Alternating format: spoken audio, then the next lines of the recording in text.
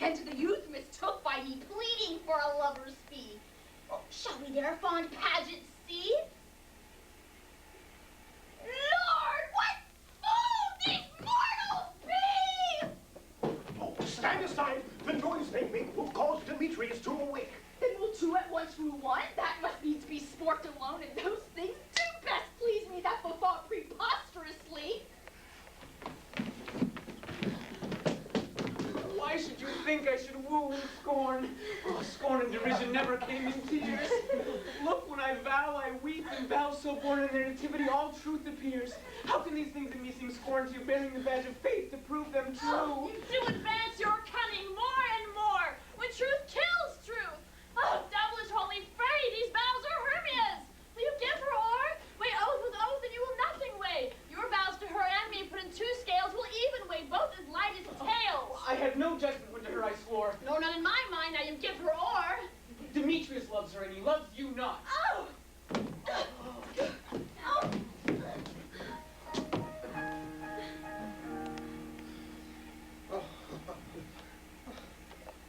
Oh, Helen. Goddess. Nymph. Perfect. Divine. To what my love shall compare thine eye. Oh, the crystal is muddy. How ripely show thy lips, those kissing cherries. That pure congealed white hide horse in snow, fanned by the eastern wind, turns to a crow when thou holdest up thy hand. Oh, let me kiss this princess in pure whiteness, concealing bliss. Oh, spite! Oh, how! I see you are bent to set against me for your merriment. If you were civil, and you courtesy, you would not do me thus much injury. Can you not hate me as I know you do? But you must join in souls to mock me too? Oh. You are unkind, Demetrius, be not so. For you love Hermia, this you know I know. And here, in all goodwill, with all my heart, in Hermia's love, I yield you up my part. And yours of Helena to me bequeath, whom I do love, and will do till my death. Never did mockers waste more idle breath. Lysander, hear thy Hermia. I will none. If I ever loved her, all that love is gone. My heart to her but is just why sojourned, and now to Helen is it home returned, there to remain. It is not so, Helena.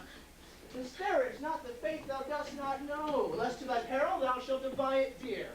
Look where love comes. Yonder is thy love, yonder is thy year. Dark night, that from the eye his function takes, the ear more quick of apprehension makes, wherein it doth impair the seeing sense, it pays the hearing double recompense. Oh, thou art not by mine eye, Lysander, found. Mine ear, I thank it, brought me to thy sound. But why unkindly didst thou leave me so? Why should he stay whom love doth press to go? What love could press Lysander from my side? Lysander's love that would not let him bide. Oh, fair Helena, who more engilds the night than all yon fiery O's and eyes of light. Why seekest thou me? Could not this make thee know the hate I bear thee made me leave thee so? You speak not as you think. It cannot be. Lo, she is mine with his confederacy. Now I perceive that conjoined all three to fashion this false sport in spite of me. Injurious Hermia, most ungrateful maid. Have you conspired? Have you with these contrived to bait me with this foul diversion? Is not on the counsel we two have shared, the sisters' vows, the hours we have spent? We, Hermia, like two artificial gods, have with our needles created both one flower, both on one sampler, sitting on one cushion, both warbling of one song. So like two berries bolted on one stem, so with two seeming bodies, but one heart. 'Tis not friendly, 'tis not maidenly. Our sex, as well as I, may chide you for it, though I alone do feel the injury. I'm amazed at your passionate words. I scorn you not. It seems that you scorn me. Have you not, as in scorn, set your love, Lysander, to fawn on me, and praise my eyes and face, and your other love, Demetrius, who even but now did spurn me with his foot, to call me goddess, nymph, divine, and rare? What so I be not in grace as you, so hung upon with love, so fortunate, but miserable most?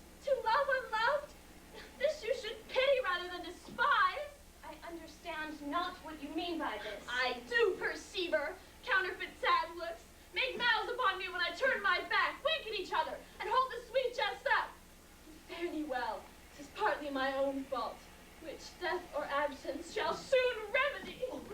Stay, gentle Helena. Hear my excuse, my love, my life, my soul, fair Helena. Oh, excellence! Wait, do not scorn her so. If she cannot entreat, I can compel. Thou canst compel no more than she entreat. Thy threats have no more strength than her weak prayers. Helen, I love thee. By my life I do, and swear by that which I will lose to thee, to prove him false that says I love thee not. And I say I can love thee more than he can ever do. Oh, if thou say so, withdraw and prove it too. Quick, come. Lysander, where to tend all this? Away, you Ethiop! No. You seem to break loose. Take on as you would follow, but yet you are a tame man. Go! Oh, hang off, thou cat, thou bird, vile thing, let loose, or I will shake thee from me like a serpent. Why are you grown so rude? What changes this sweet love? Thy love? Ouch, tawny tartar, ouch, loathed medicine, oh, hated poison hence. Do you not jest? Yes, soon, and so do you. I will keep my word with thee, Demetrius. I would, had I your bond, but I perceive a weak bond holds you. I will not trust your word. Oh, what, shall I hurt her, strike her, kill her dead? Although I hate her, I'll not harm her so. What? Can you do me greater harm than hate? Hate me? Wherefore? Oh, me! What news is this, sweet love?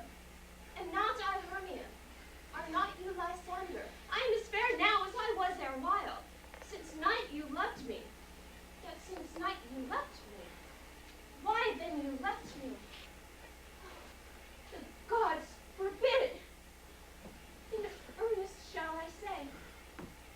I, by my life, and never did desire to see thee more. Therefore be out of hope, of question, of doubt, be certain nothing truer, that I do hate thee and love Helena. Oh, me. You juggler. You canker blossom. You thief of love. What have you come by night and stolen my love's heart from him? Crying in faith. Have you no vain shame, no touch of bashfulness? What will you tear impatient answers from my gentle tongue? Fie, fie, you counterfeits! You puppet, you! Puppet! Why so? I, that way goes to gain. Now I perceive she hath urged her height, and with her personage, her tall personage, her height forsooth, she hath prevailed with him. And am I grown so, and are you grown so high in his esteem because I am so dwarfish and so low? How low am I, thou painted maypole? Speak! How low am I? Not so low, but that my nails can reach unto thine eyes. I pray you, mock me, gentlemen. Let her not hurt me. I was never cursed. I have no gift at all in shrewdness. Let her not strike me. Perhaps you may think because she is something lower than myself that I can match her. Lower! Hark again! Good Hermia, do not be so bitter with me. I ever more did love you, Hermia, that ever keep your counsels, never wronged you. Save that in love unto Demetrius. I told him of yourself into this wood. I followed you. For love, I followed him, but he has charmed me and threatened me to strike me, spurn me, nay, to kill me too. And now will you let me quiet go to Athens to bear my folly back? Let me go. You see how simple and how fond I am. Why, get you gone! Who is it that hinders you? A foolish heart I leave here behind. What with Lysander? With Demetrius. Be not afraid, she shall not harm thee, Helena. No, sir, she shall not, though you take her part. Oh, when she is angry, she is keen and shrewd. She was a vixen when we went to school together. Though she is but little, she is fierce. Little again? Nothing but low and little? Why will you suffer her to flout me thus? Get you gone, you dwarf, you minimus of hindering not grass maid, you bead, you acorn. You are too officious in her behalf that scorns your services. Let her alone. Speak not of Helena. Take not her part, for if thou dost, never show so little of love to her, thou shalt abide it dear. Now she holds me not. Now follow if thou darest to try whose right of thine or mine is most in Helena. Follow? Nay, I'll go with thee, cheek by jowl.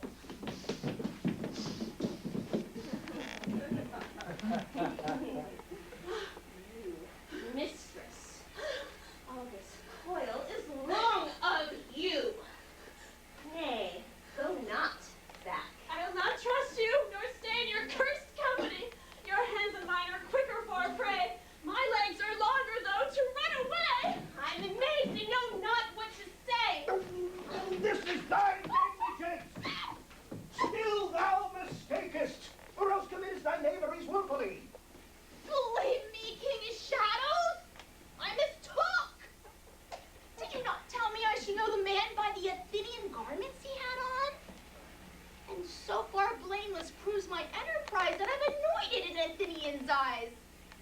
So far am I glad it toast its sort.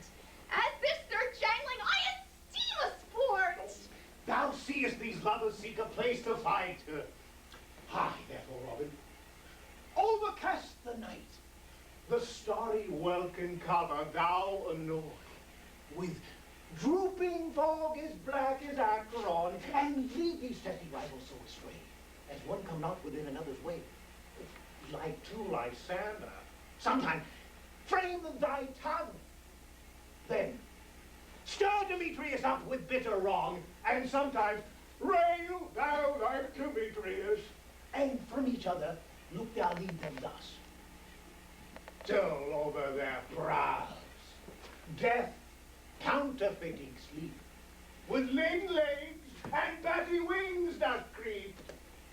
Then crush this urn into Lysander's eye, whose liquor hath this virtuous property, to take from thence all air with his might, and make his eyeballs roll with wonted sight.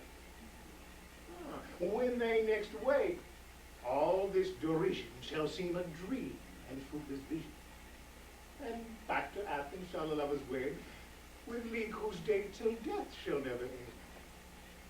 Whiles I in this affair do he employ, I'll to my queen and beg her Indian boy. And then I will her charmed eye release from monsters' view, and all things shall be peace. Oh, but notwithstanding haste, make no delay, we may effect this business yet ere day.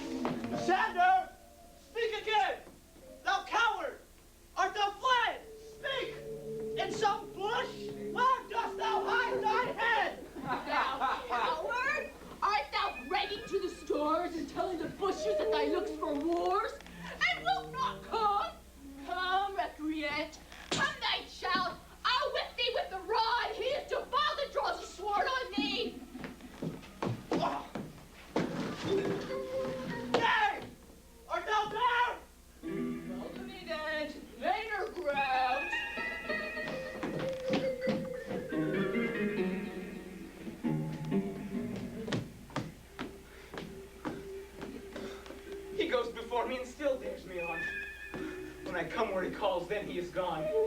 Oh, that villain is much lighter heeled than I. I followed fast, and faster he did fly. Fallen I am in dark, uneven way. Oh, rest me. Come, thou gentle day. For if thou once thou show thy gray light, I'll find Demetrius and revenge this spite. You coward! Why comest thou not? Abide me, if thou darest. For well, I wot thou runnest before me, shifting in every place, and darest not stand or look me in the face. Where art thou now? Then thou mockest me.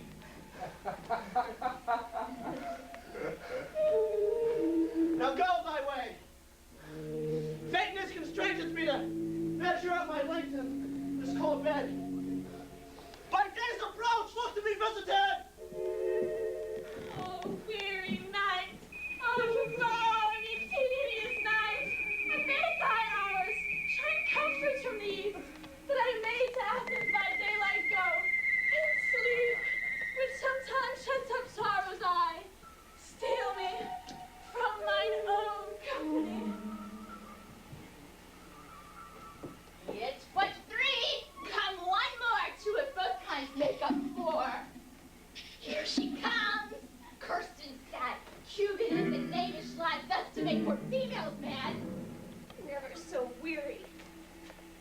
so in woe. Dabbled with the dew and torn with briars. I can no further crawl, no further go. My legs can keep no pace with my desires. Here shall I rest me till the break of day. Heavens, shield bystander if they mean a fray.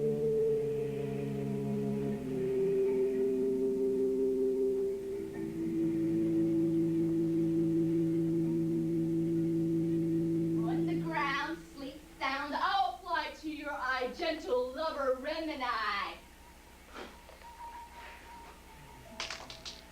When thou wakest, thou takest the true delight of thy former lady's eye, and your waking shall be shown. Jack shall have Jill, not shall go ill, and the man shall have his Marion, and all shall be well.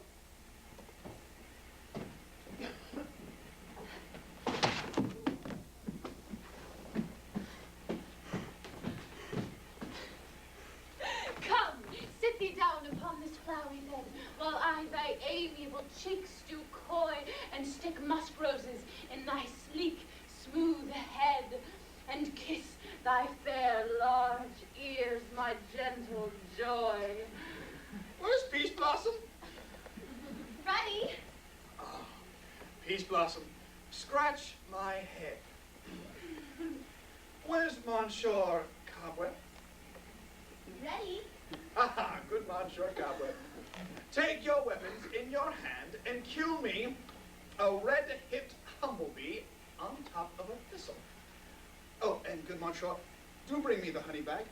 Do not fret yourself too much in the action, little Monsieur. Oh, and Monsieur, do take care the honey bag break not. I would be loath to have you overflow with a honey bag. Oh, where's Monsieur Mustard Seed? Ready? Monsieur, give me your niece. Oh, I pray you, leave your curtsy, Monsieur. What's your will? Nothing but to help Cavalier Cobweb to scratch. I must to the barber's, Monsieurs. Methinks I marvels hairy about the face. And I am such a tender ass that if my hair do but tickle me, I must scratch. What, wilt thou hear some music, sweet love? I have a reasonable ear for music. Let's have the tongues and bones. Or say, sweet love, what thou desires to eat. Surely a peck of provender. I could munch on some of your good dry oats. Methinks I have a great desire for a bottle of hay. For good hay, sweet hay hath no fellow. I have a venturous fairy who will seek the squirrel's hoard and fetch thee new nuts. I have rather had a handful or two of dried peas. But I pray you, let none of your people stir me. I have an expedition of sleep come upon me. Sleep thou, and I shall wind thee in my arms. Fairies, be gone, and be always away. So doth the woodbine the honeysuckle gently entwist, the female ivy so enrings the barky fingers of the elm. Oh, how I love thee, how I dote on thee.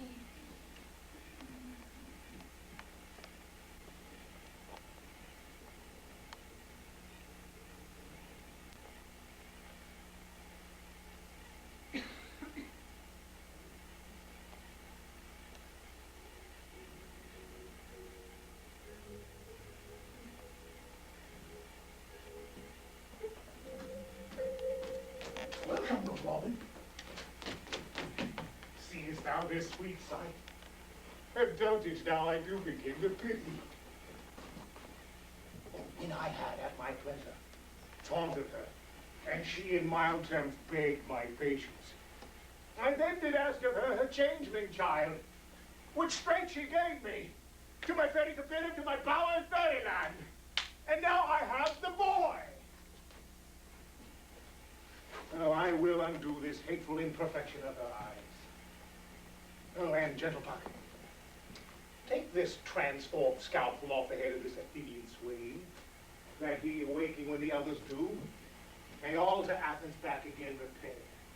And think no more of this night's accidents, but as the fierce vexation of a dream. But first I will release the fairy queen.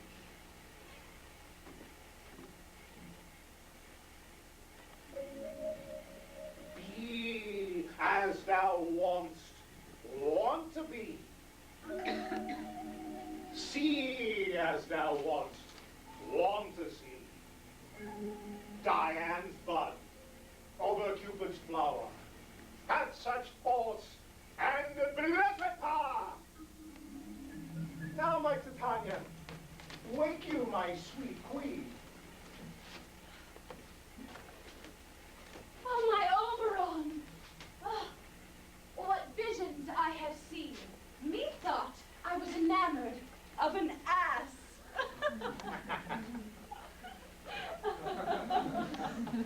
as your love.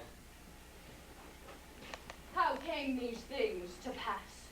Oh, how mine eyes do loathe his visage now! Silence a while! Robin, take off this head. Titania, music call and strike more dead than common sleep. Of all these five, the saddest. Music, whole music, such as charmed sleep. When thou wakes with thine own fool's eyes peep. Sound music. Come, my queen. Take hands with me and rock the ground whereon these sleepless be.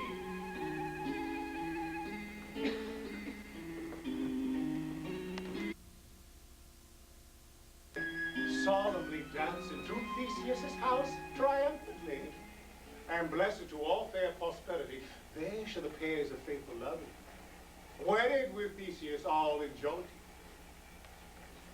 Fairy King, attention, Lark. I do hear the morning lark. Now, my queen, in silence sad, trip we after nightshade. We the globe can compass soon, swifter than the wandering moon. Come, my lord, and in our flight, tell me how it came this night that I sleeping here was found with these mortals on the ground.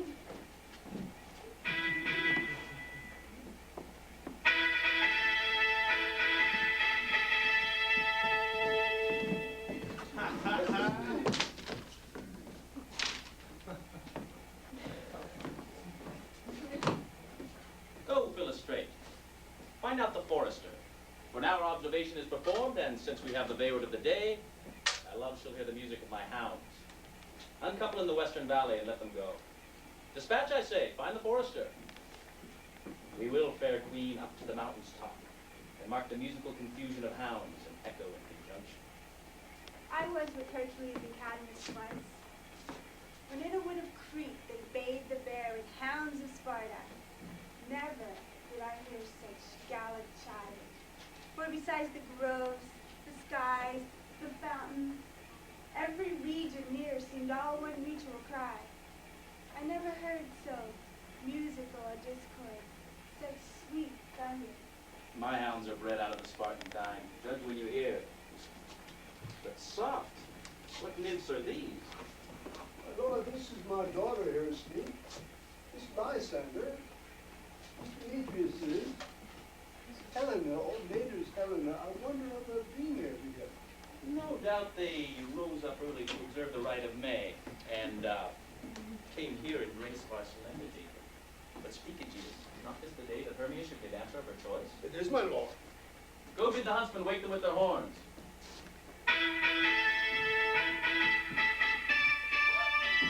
Good morrow, friends.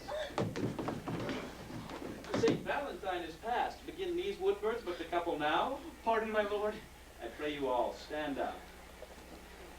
I know you two are rival enemies. How comes this gentle concord in the world, that hatred is so far from jealousy?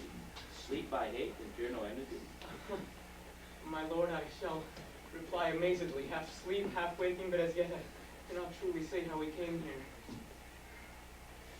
But as I think, for truly would I speak, and now I do bethink me it is so. I came with Hermia hither. Our intent was to be away from Athens, where we might, without the peril of Athenian law. Enough, enough, my lord. You have heard enough. The law upon his head. I beg the law. They would have stolen away. They would, Demetrius, and robbed both you and me. You will be a wife. Me of my consent that she be a wife. My lord, fair Helen told me of their stealth. This, their purpose, hither to this wood. And I, in fury, hither followed them. Fair Helena in fancy following me. But my good lord, I want not by what power, but by some power it is, my love to Hermia is melted as the snow. Seems to me now as the remembrance of an idol god which in my childhood I did dote upon. And all the faith, the virtue of my heart, the object and pleasure of mine eye is to Helena. To her, my lord, was I betrothed ere I saw Hermia. And like a sickness did I loathe this food. But as in health, come to my natural taste, now I wish it, love it, long for it, and will forevermore be true to it. Fair lovers, you are fortunately met. Of this discourse we more will here anon. But yes, I will overbear your will. For in the temple by and by with us, these couples shall eternally be knit. And for the morning is now something worn. Our purpose hunting shall be set aside. Away with us to Athens, 3 and 3. We'll hold a feast in great solemnity. Come, Hippolyta. These things seem small and undistinguishable, like far-off mountains turning into clouds. Methinks I see these things with parted eye, where everything seems double. So methinks I've seen Demetrius, like a jewel, mine own and not mine own. Are you sure that we are awake? It seems that yet we sleep, we dream. Did not you think the Duke was just here and bid us follow him to Athens? Yea, and my father. And Hippolyta! And he did bid us to follow to the temple. Why then, we are awake. Let's follow him. And by the way, let's recount our dreams.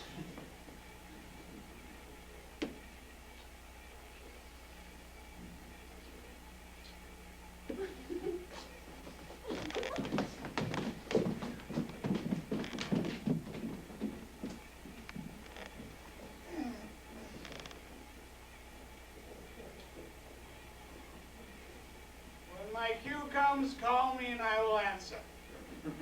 My next is most fair parent. Peter Quince. Loot the bellows mender. Snout the tinker. Starveling. Thou's my life stolen hence and left me here asleep.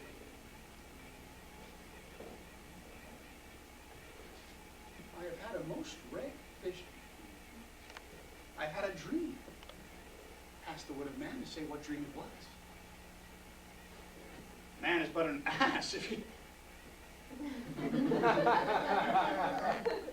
was about to expound this dream. Methought I had... No man can tell me what. Methought I had, and methought I was. But man is but a patched fool to offer to tell me what methought I was.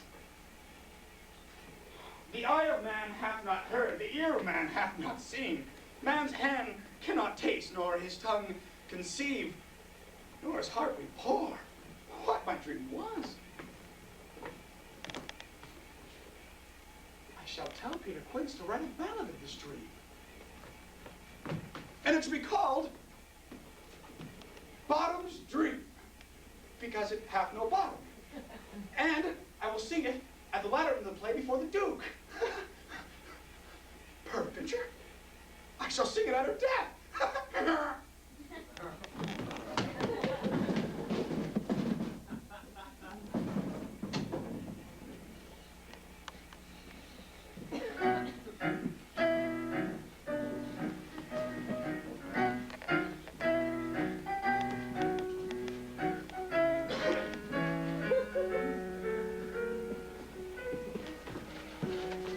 Did you sit in the Bottom's house yet? Did he come home? He cannot be heard of.